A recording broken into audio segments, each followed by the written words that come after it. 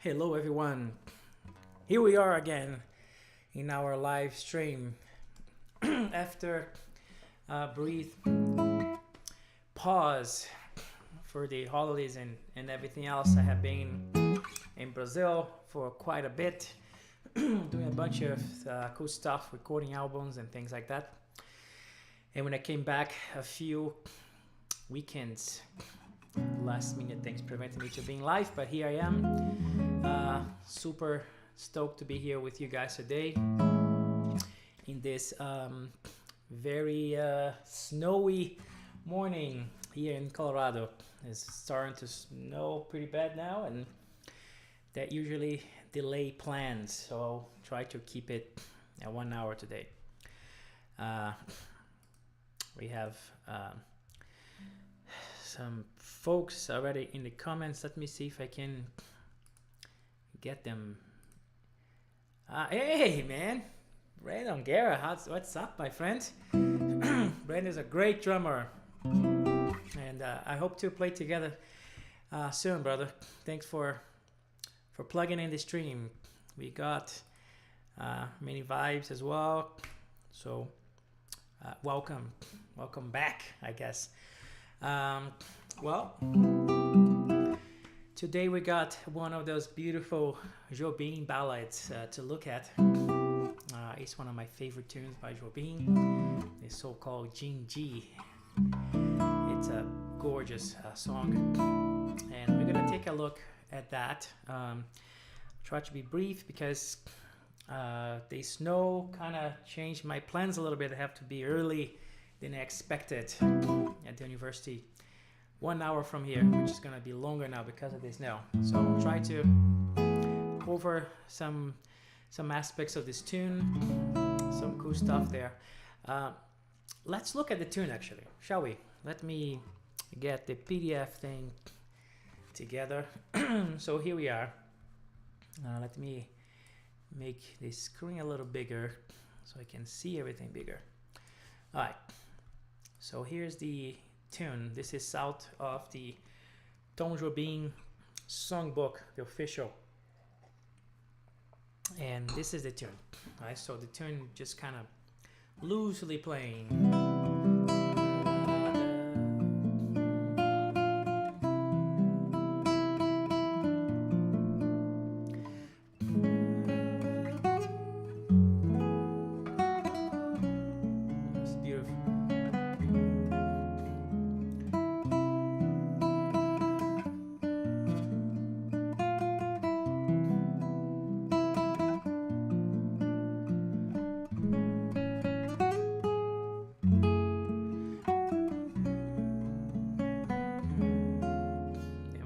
Part. And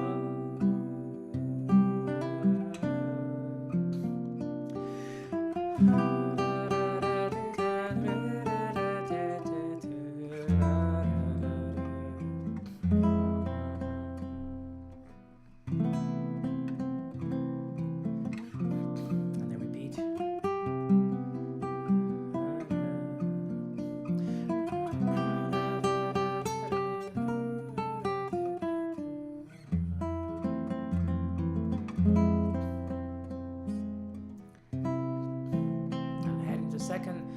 Second part.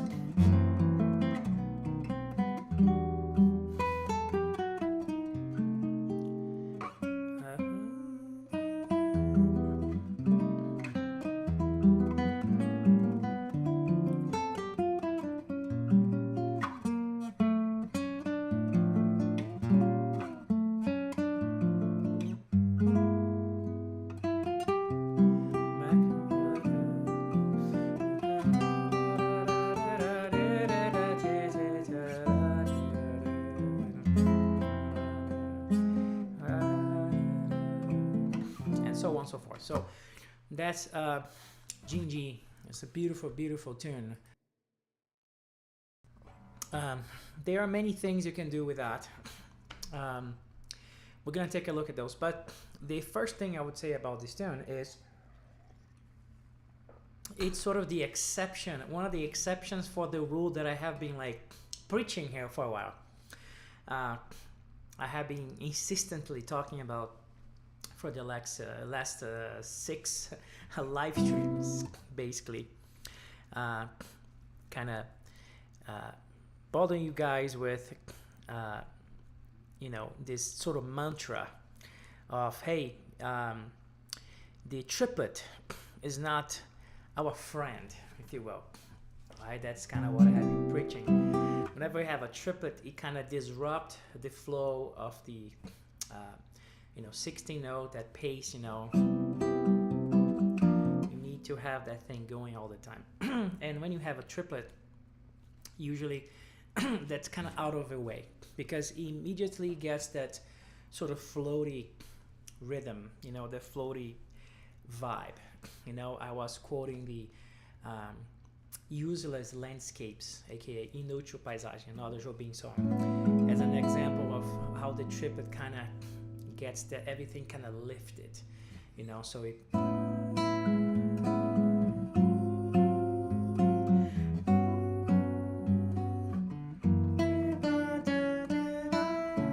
I always use the example of that tune because it's full triplets in that particular context. You see that you get that floaty, right?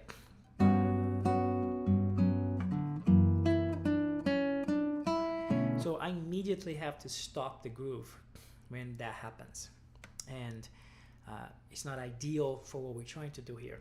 So we always try to keep the party going, if you will. And one thing I always talk about is replace the triplet with the so-called Brazilian syncopation figure, the 16, 8, 16, dot, dot, dot, dot, dot, dot, dot. So it would be, Inútil Paisagem would be,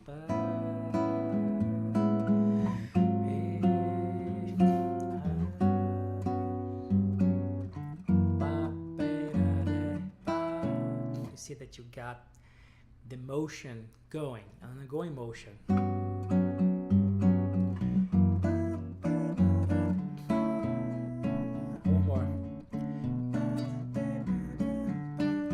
You keep that motion going. When you put the triplet,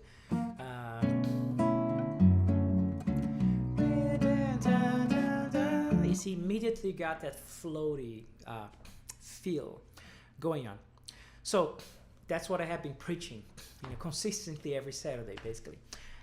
But here is a tune in which there's an exception. That one is filled with triplets. That's basically what this tune is. And you have to play along with it. There's not really an out for that. If we look at the tune, it's just triplets, tons of big triplets.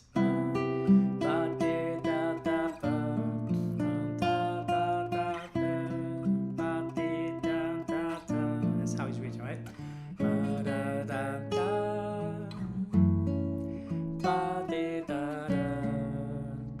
So how do we get out of that?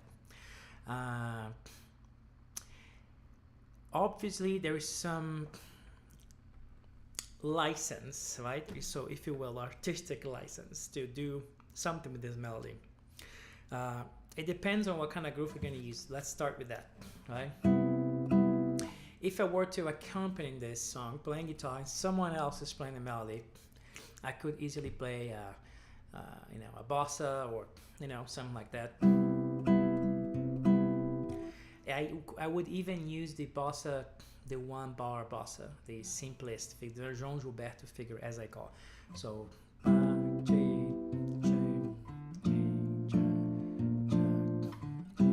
that's how I would comp this.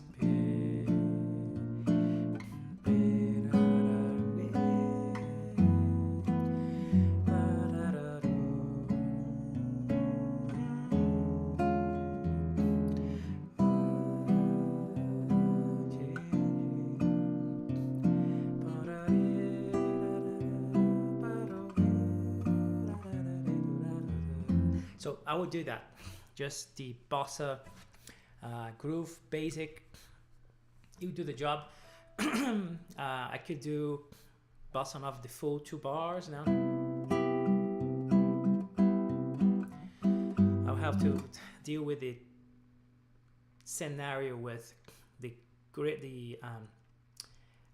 the 2-bar cycle now having 2 chords. So that's a solution for that. You have to anticipate the chord, but nonetheless I could do that too. The problem is you are playing a melody, and it's hard to play the melody and play that groove. Meaning play the melody with that triplet thing going on. A solution that I usually do, I start by playing a more choro groove, or choro, or kind of samba canções, kind of in that realm, which is more like that.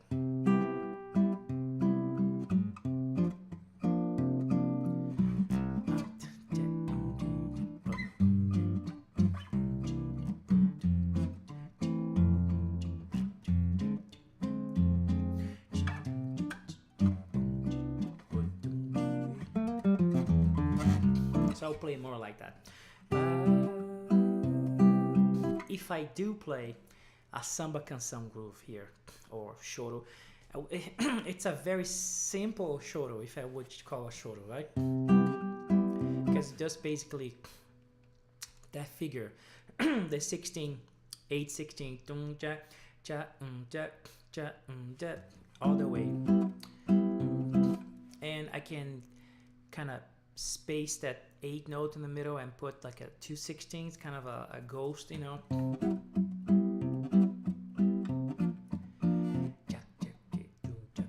But it's basically this bass and 3 16 notes with various volumes, right?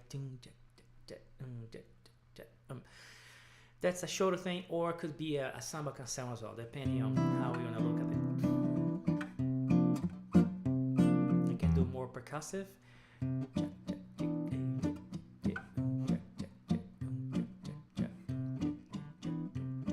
Right? Or I can do a little more ringy, more chordy, more harmonic-y, which means playing that 8 note as an 8 note in the middle, 16, 8, 16.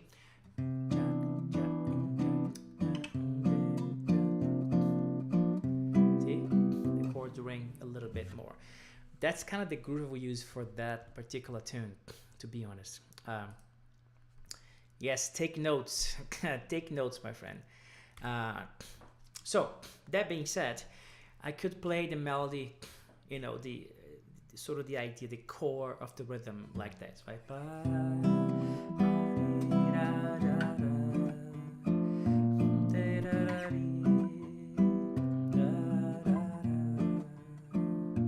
Like this.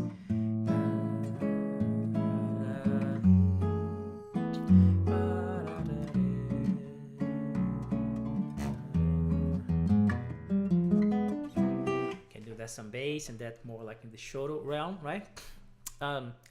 If I use that groove, it makes it a little easier to play the melody, even with the triplets. Let's see if we can do that. Let's see if it happens. Let me try to show the melody again. Of course, I have to take some, you know, artistic licenses with the melody, but in general I can do it. So it'll be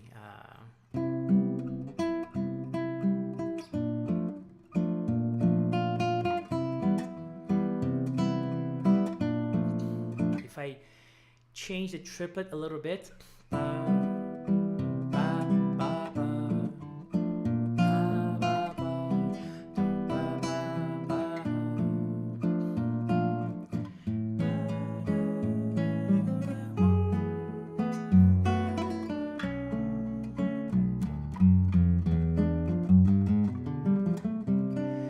I think do the shorter thing. I am indeed playing the triplet differently, and I'm indeed playing the triplet, sort of replacing it with the da da da da da instead of dee dee da dee da da da da da. I'm doing that, but that groove is giving me some kind of legitimacy to have that underneath the triplet being modified. So.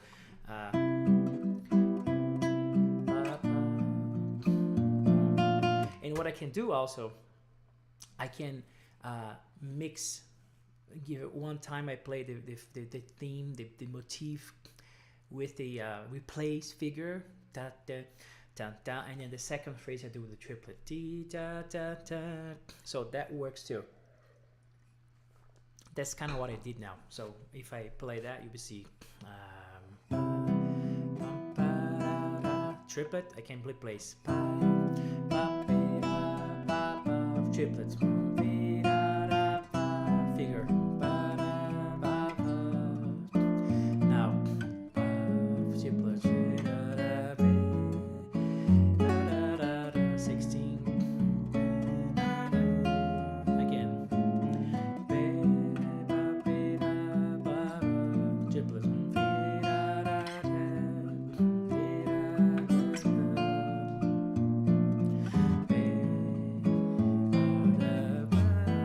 Triplet here, see?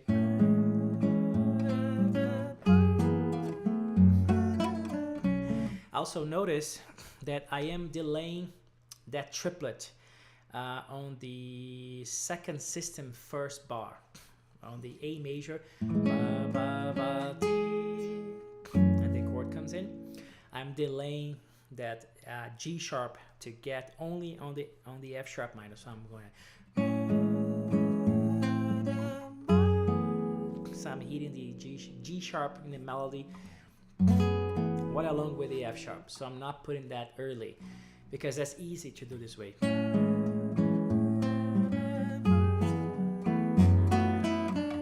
here I'm doing 16 ba, ba, da, da, instead of ba, da, da, da. Let me look at the bridge. Yeah, that's, by the way, let me go back here. Yeah, that's kind of a Tony Water voicing, like this. It's a F sharp minor, 7/11, and then if I want to add the 9th and keep the 11th, so I have an open B, and then right, just changing fingerings, and then overextending that pinky there. It's a Tony Water thing. I stole from him, and it's perfect for playing this melody, right?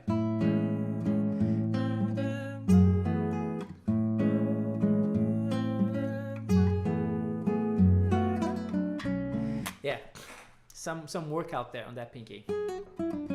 So then we go to the bridge, so-called bridge, which is going to be after.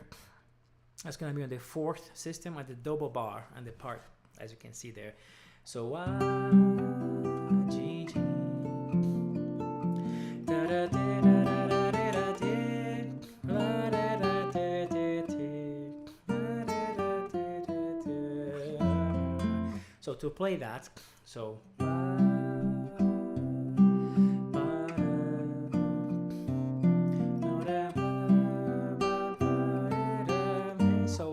here's a triplet thing again. If I do play the triplet as written, I'm gonna get that suspended kind of feel, like pulling back, kind of floaty. That will happen no matter what. There's no solution for that. So if you want to have that feeling, you play the triplet. If you don't, you play replace with that figure.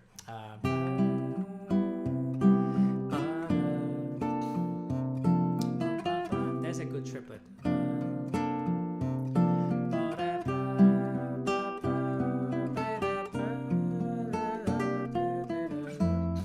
It has to be super floaty.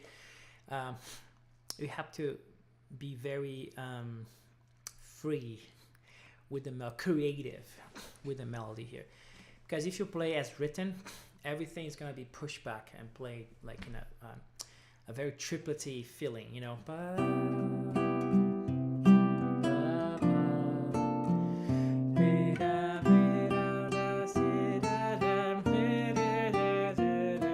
You see, like there's no groove happening there if you just keep playing the melody and try to accompany yourself. So inevitably you have to make an artistic decision and alter the melody a little bit to get that sense of continuous groove, kind of motion forward, you know.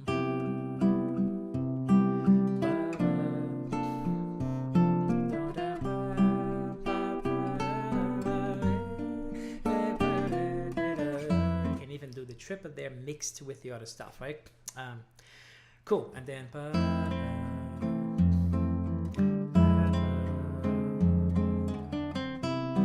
at the end of those chords, push the next phrase, you can do the triplet. As you take your hands off the thing, so that works. But if you only do triplets, you get that feeling. Ba, ba, ba. You get that inevitably. Okay, enough of that part. One thing that Jobim wrote here is doing sus.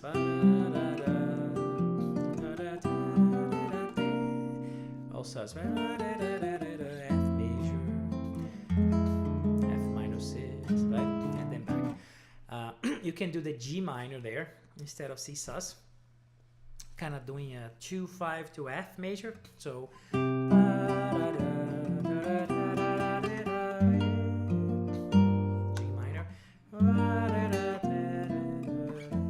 the C. Interesting enough, the melody already resolves the fourth into the third, so you have a sus 4 resolving to the dominant there. For free, right? It's in the melody. And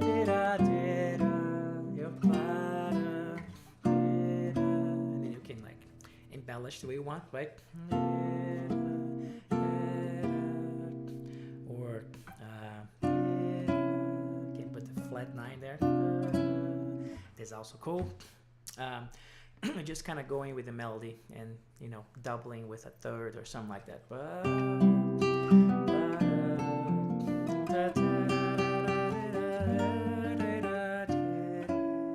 See, let's go.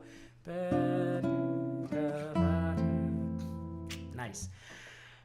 You can also do G minor on the first time the sus come in. You can also do that, which is great. Then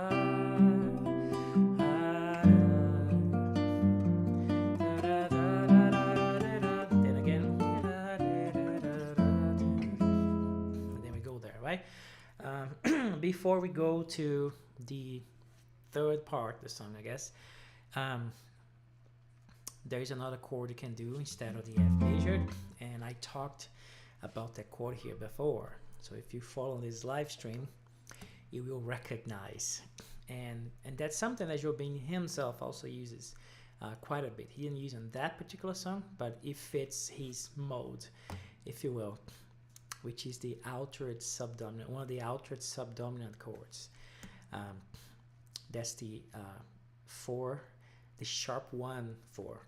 You know, the subdominant with a sharp root. You know, if you're in C major, 4 chord, F in the bass, alter the root, boom, you have an altered subdominant chord there, F sharp half diminish. And then you go to the motions, do the F minor 6 there. So there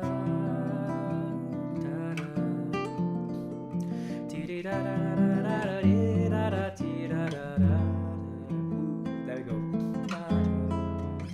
Then you hear, right? So instead of right, you alter the root, up, sharp 1, altered subdominant. Write that down.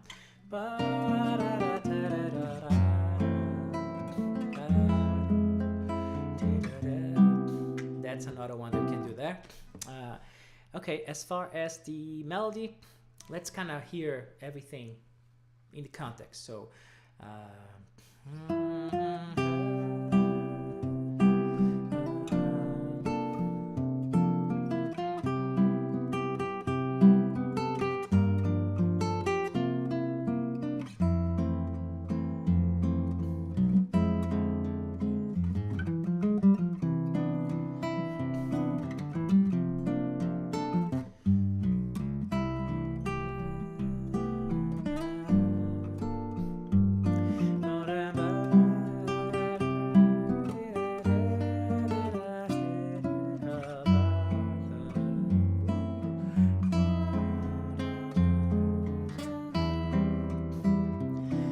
actually did C major over E, you know, kind of a nice voice leading. Cool. So you can use that sharp one on the 4 chords. Nice. Then you can resolve one with the 3rd, the bass if you want, or the add 9th. Many vibes like the add 9. Here we go, one for you. You can do. You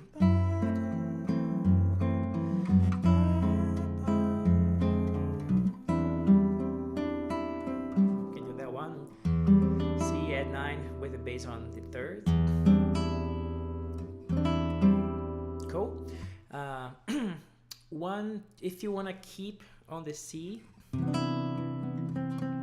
the melody goes back to the root in the melody. Usually it's one of those,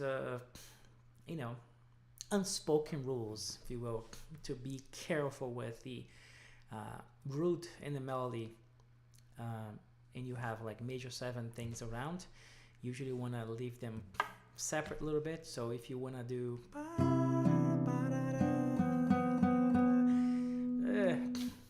you can do it, but is that a cooler way to do it? Well, yeah, you can do the 6th chord, the 6 C6. Then you put the root in the melody, and it's a little less harsh,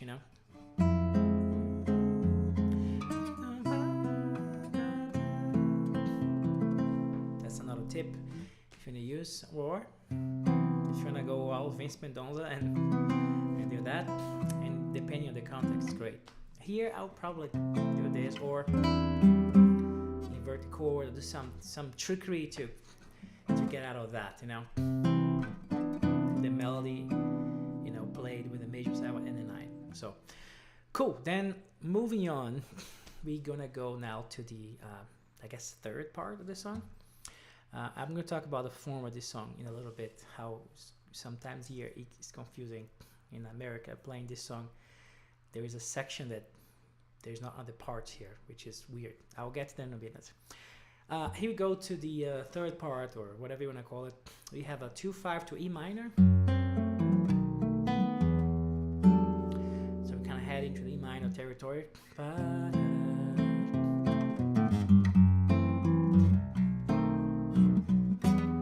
Then here we are.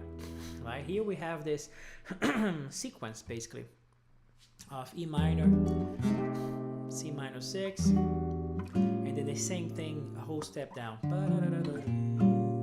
There's like D minor, B flat minor 6, or E minor and C minor 6. So that is a cool motion, and there's something worth talking about here.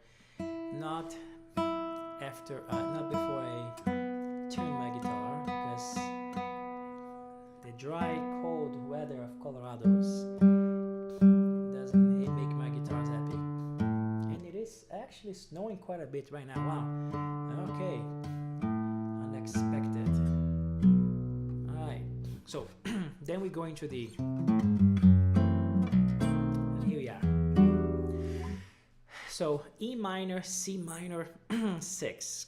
So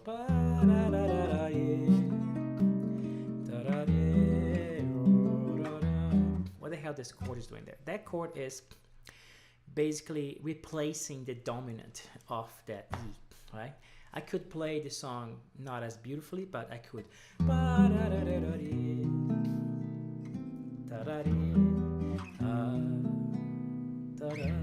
Right? 5 of E, right? B7, right?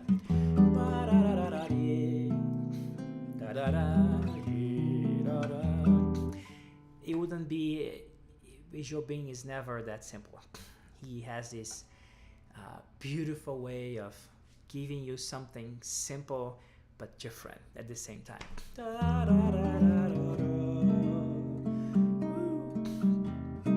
Beautiful.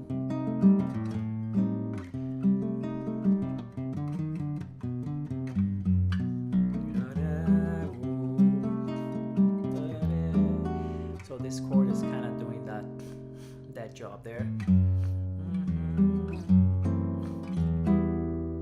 You can also think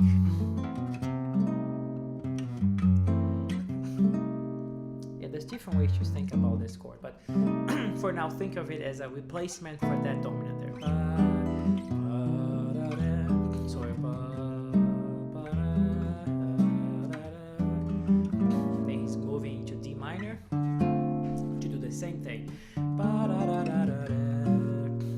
that is kind of replacing the A7.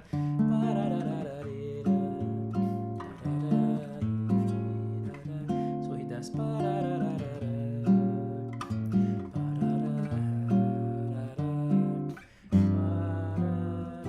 Then you're back, right? So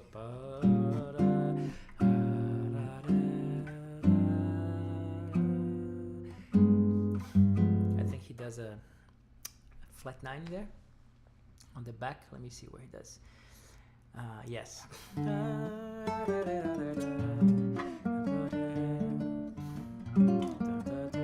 then G7 flat 9. And then go back here. So how to play that part with the whole thing, right? The whole shebang together. That part actually is easier, believe it or not, to play together, because the melody you can modify for a more 16-note kind of bass.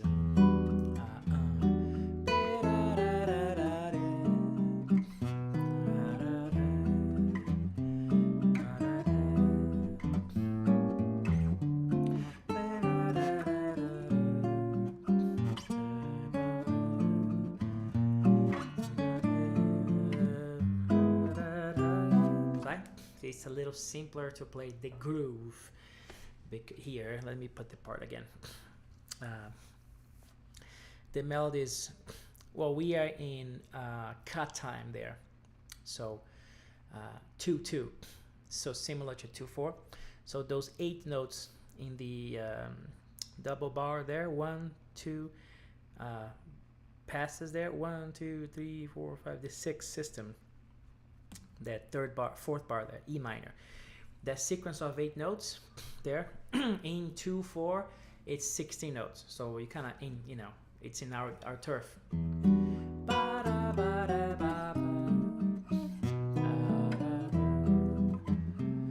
then you can manipulate those notes there.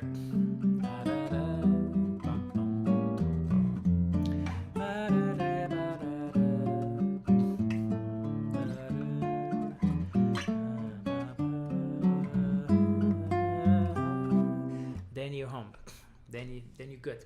So the bridge, or the 3rd part, part C, it's actually a little like mechanically easier to put together than trying to play the triplet and the groove, right? So that's that part. As far as the position, so you can do the E minor like this, and then get the minor 6 down here, right? Or you can do and get the chord here, right?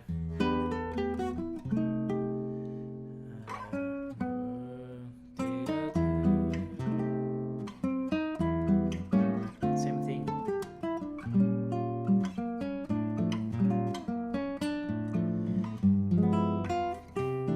And then you're back.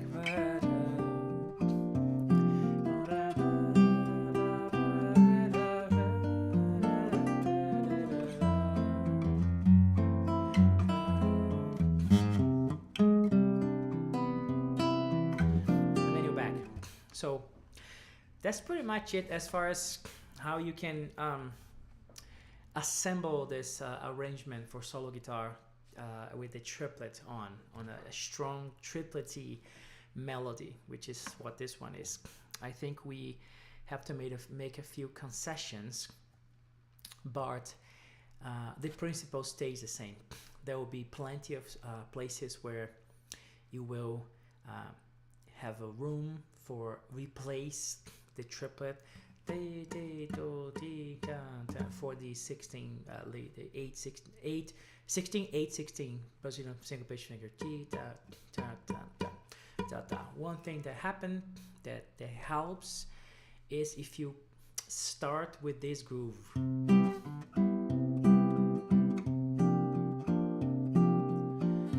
more choro, samba canção, instead of the bossa nova or whatnot, to play melody and chorus together, right? Before I talk a little bit about some harmonic stuff. If you guys have any questions that you want to ask regarding the tune, feel free to ask anything you want. You know, we are live and we are interacting. So if you have a question, feel free to jump in and write. I'll put your question here, and we're going to address it. So the floor is yours to ask anything you want about this or the tune or whatever you want.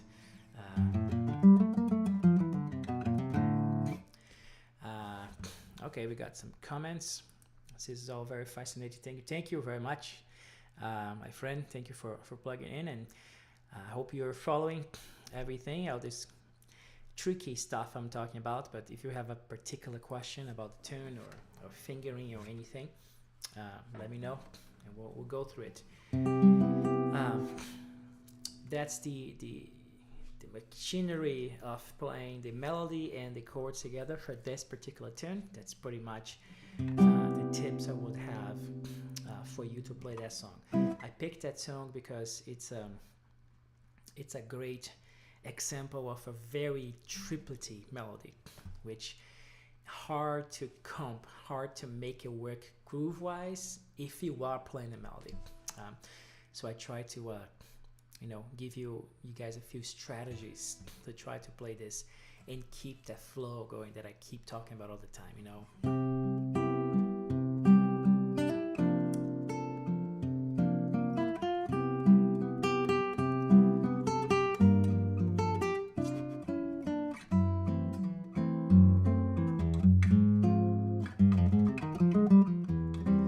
You see that I'm doing a lot of basses here, right? Some kind of bass work.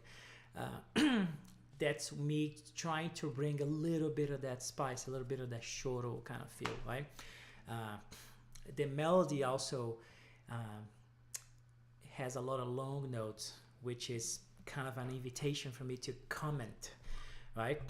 Remember that, and I talked in previous live streams, that whenever the melody rests or the melody is long, like long figures, there's a chance for you to play the groove, right? To keep, when you doing that whole articulation of using the melody as your rhythmic underpinnings, the melody rests so then you can play the actual groove. You can also do, if you're gonna go further than that, is add a counter melody, right? Add a comment for that melody. And that comment can be in any layer. We talk about the layers, right? So you have a possibility to comment, let's say on the middle layer, but here I'm commenting on the bottom, I'm commenting on the bass. And that's kind of the beauty of the 7th string and shoulder and all that stuff, right? So that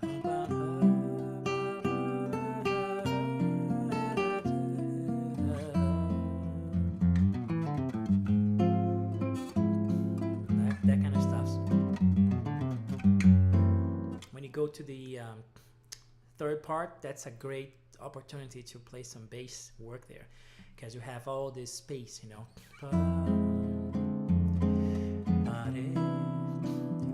this until you have all this space to fill up with bass, so you can do all kinds of stuff.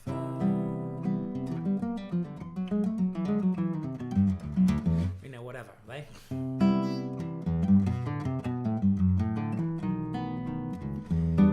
Or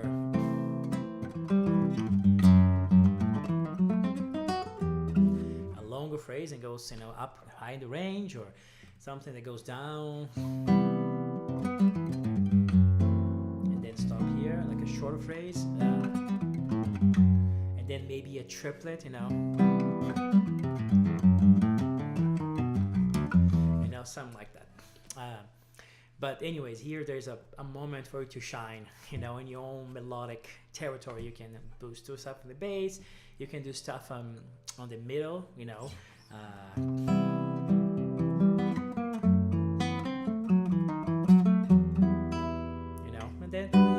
then come up on a high riser for the melody. So there's space there on the bass department to do a lot of stuff. And if you have any questions about that too, we can go into that. If you don't have any questions, I will keep going with the harmony because there is some cool harmony. I talked about the ultra subdominant here, right? The sharp one, four chord sharp one. That's one. I talked about instead of the sus using the 2 G minor, then sus dominant. You can do. I even used it as an example using the flat 9. You can use there. Thank you. Okay, I got to come like your bass ideas. Thank you so much. So what I play harmonically, I'll give you that little tip. When I play that last part,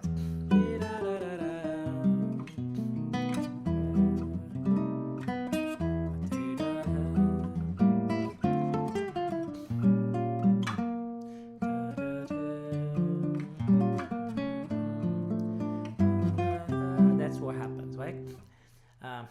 I usually put a dominant chord here. This is a minor, and then goes to the G7 to come back. Usually I do. I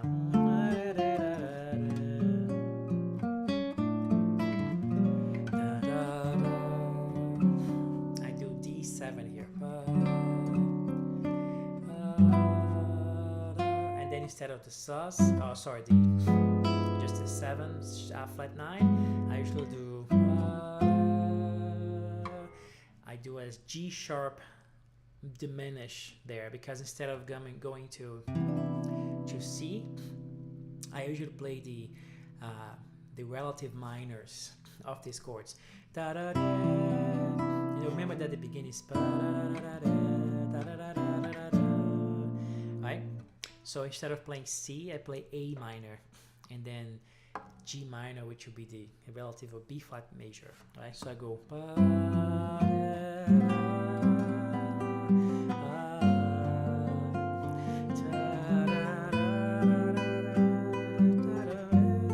Then carry on.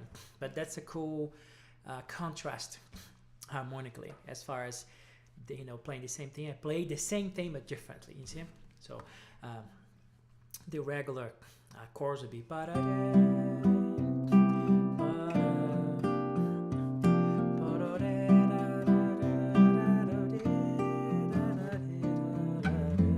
Instead of this, I play.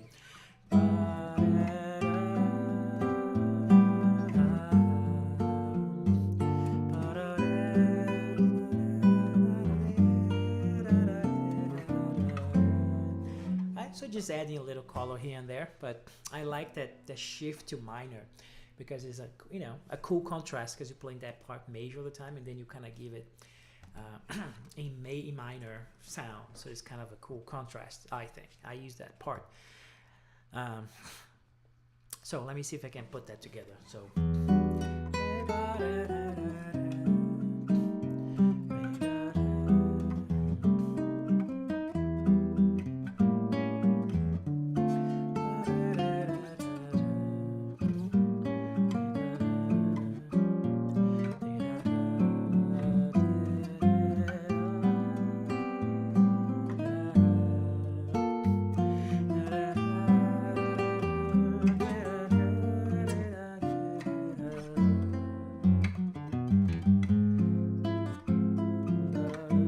Something like that. So that's the minor sound coming in there. Okay, I got a question.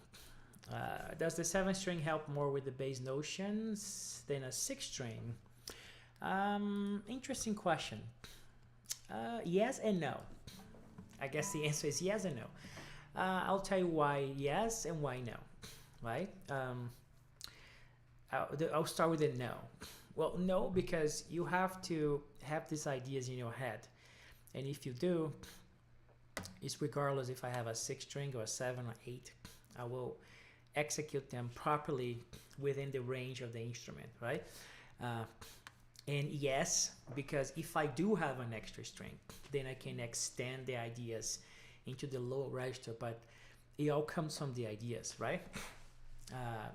I would say that the most important thing is having a really nice harmonic sense of the chord that you're playing, the chord that you are, and most important, the chord you're going to, because ultimately you're creating a bridge between one chord to the next chord, right?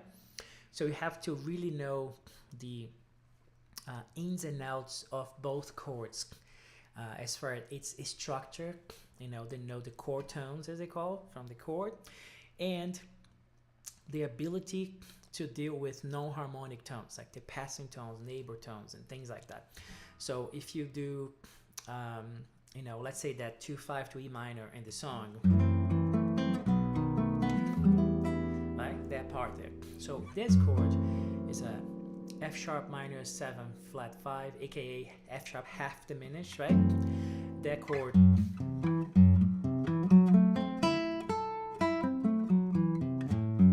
right? That's the chord tone. The structure of this chord is F sharp, A, C, that's a flat 5, then 7 is E, then repeating that. So I just kind of know the structure of the chords kind of, under my fingers, if you will. Right? And if you start exploring the open string quality of the classical guitar, which is great, which is should be heavily used because it just fits so well with this instrument.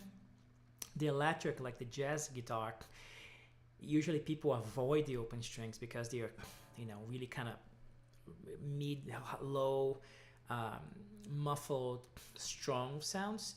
And this is just, the nylon just blends really well. So if you can, instead of doing this, I could go the way open. So that the chord tones of this chord would be, let's say, right, look at an arpeggio of the chord tones.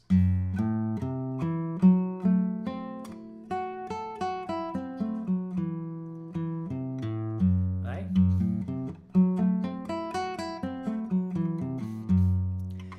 So when I'm here, I have that sort of mapped out in my fingers, right? And then this chord, B7, in this case I'm using B7 flat 9, right?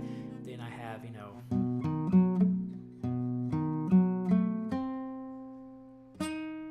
right? I have that mapped out here, but I also have that mapped out low, right?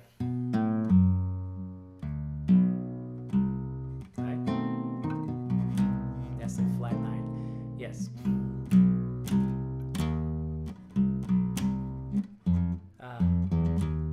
That's the third here.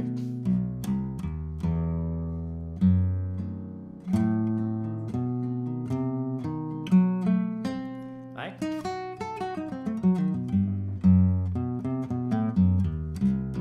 There we go. That region here, you're gonna use a lot. So you have to basically connect one chord to the other chord, either with this sort of arpeggio thing or connecting notes that pass through the chords, right? So you can do, and in this case, it's kind of fast. The chords that pass, the length is not that long. So we have,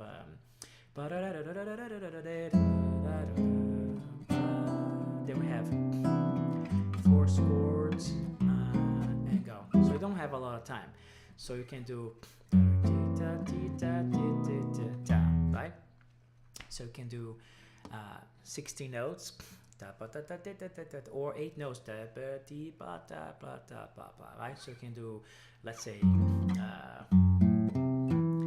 so I can start here, and then now it's time for the next chord. So I land on the third next chord, right? So I go, right? So I can go.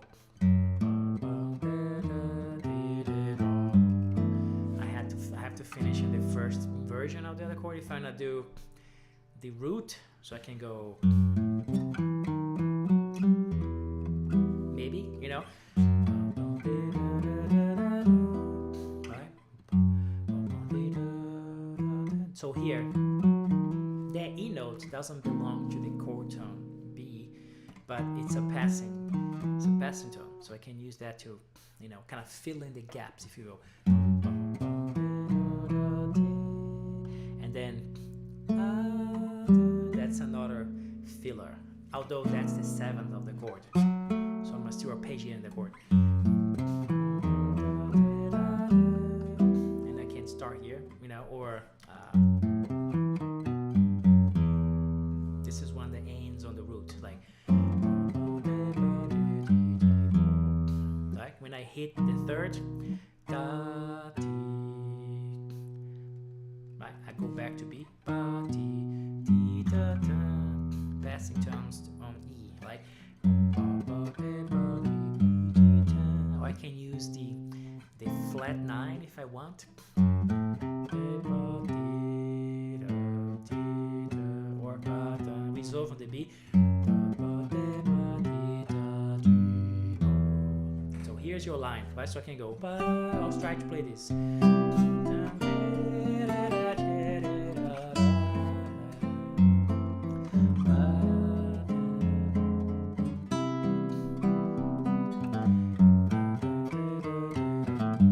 Something like that. I mess up my own phrase, like so. One more time.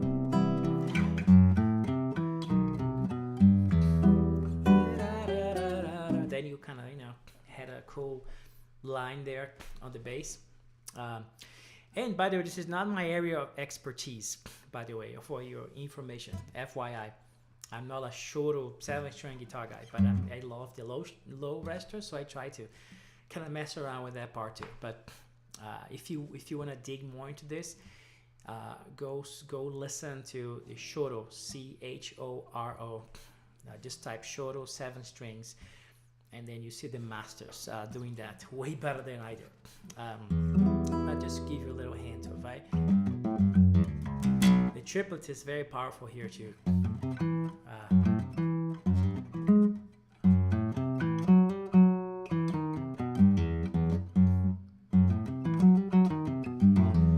Like a line like that. That's also cool. They use a triplets a lot. Yeah, so that's the 7-string kind of. The yes part for your question is that yes, if I have, you know, an extra string, it's gonna be great because I can explore all that. But if I just use 6-string, I can also use, you know,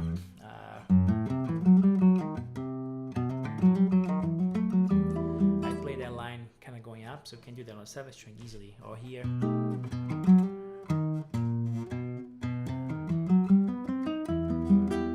can do that here too. So there's room for 6-string as well to play stuff. The important thing is thinking that kind of line, you know, kind of having that in your head. Cool. Comments, more questions? Well, welcome. Thanks for the question. If you guys have any questions, let me know. Wow, it's heavily snowing right now. If you don't have any questions, I'll try to attempt to play this whole thing together.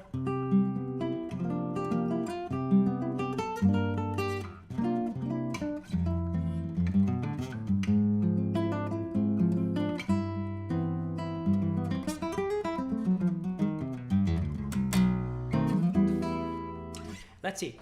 Well, if you don't have any questions, let me play. This, and then I gotta go. Unfortunately, today is gonna be just a regular 1 hour.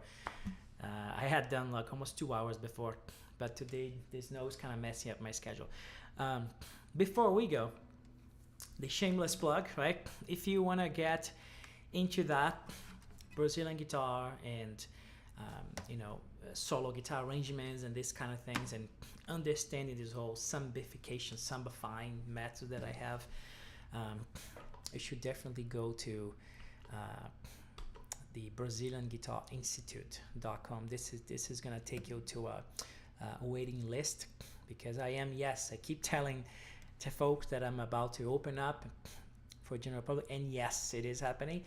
It was supposed to happen later next week already, but I'm got a little delayed, but hopefully in 2 weeks this is gonna be open for people to, you know, enroll, which means you're gonna put your name on the waiting list, and then you're gonna get on a call with me, a Zoom call, a short one, so I can evaluate your playing and see if you fit for the program and if you like to be in it. So Brazilian Guitar Institute, get on that. If you want to get some content right away, some like great content, you should get into the Facebook group. Luckily, you'll be able to have that available on the screen, hopefully. Why that one is not showing? What's going on? Let me see. Man, this whole live thing, there's always something that goes wrong. Let me see what's going on. Okay, this, yes, I turned it off. I'm trying to like get these buttons to work. All right, this group here, not this group here, right here. It's called Contemporary Brazilian Guitar Master Group, and here's the address on Facebook. Just type that, facebook.com group Brazilian Guitar. There's 3 questions at entry, so I don't get bots and spams and things like that, to actually understand where you're coming from guitar-wise. So if you are not part of this group, please do so, because there is tons of content there, and it's all free, by the way. This group is all free, and the group keeps growing, and I'm having fun posting content there for everybody who's interested in that instrument and this kind of thing I do. And if you want to really go to the next level, it's here, BrazilianGuitarInstitute.com.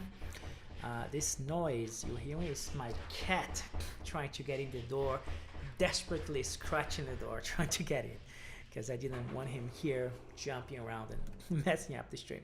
So that's what's going on. So free group on Facebook, Brazilian Guitar Mastery Group, and waiting list Brazilian Guitar Institute for the real deal. So thank you so much for being here with me today. I will play that, and play, you know, sort of what I can come up with now with Dindi, and then I'll say bye to the next thing. They have a question: what should musicians do you recommend for newbies to listen to? Well, you should go for the source.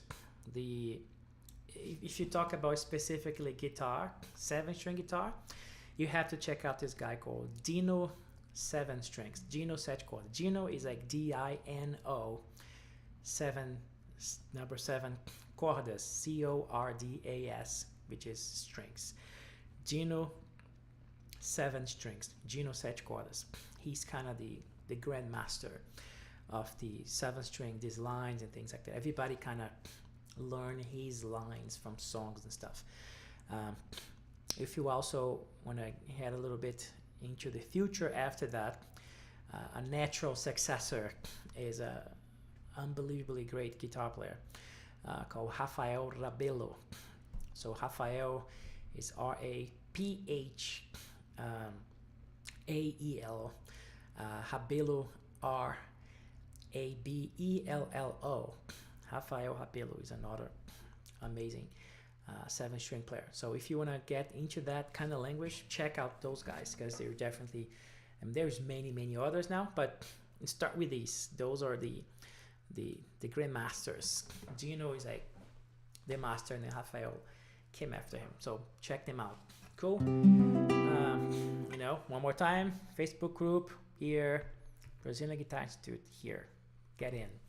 And here's the Dindi. Let's see if I can get a co-arrangement, and then I'll say hi for now, and we'll come back next week. Let me just tune my guitar here, because the weather is still not awesome.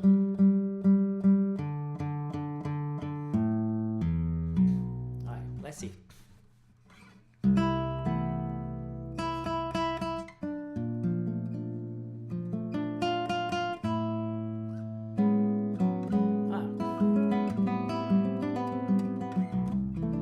Start messing up the song.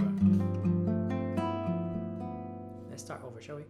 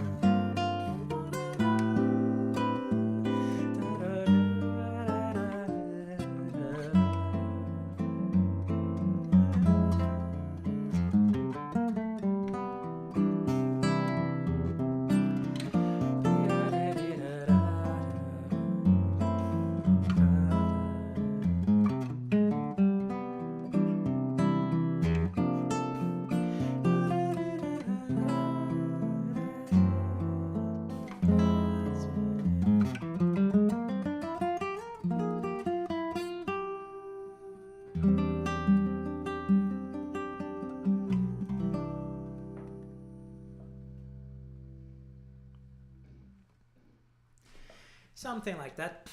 Like there is a lot of room to play that song and do all kinds of stuff, but I try to apply a little of the things that we talked about. I use all the substitutions and all the tricks, the minors and things like that. Some okay bass movements there, but that's what we got for today. All right, so thank you so much for being here with me.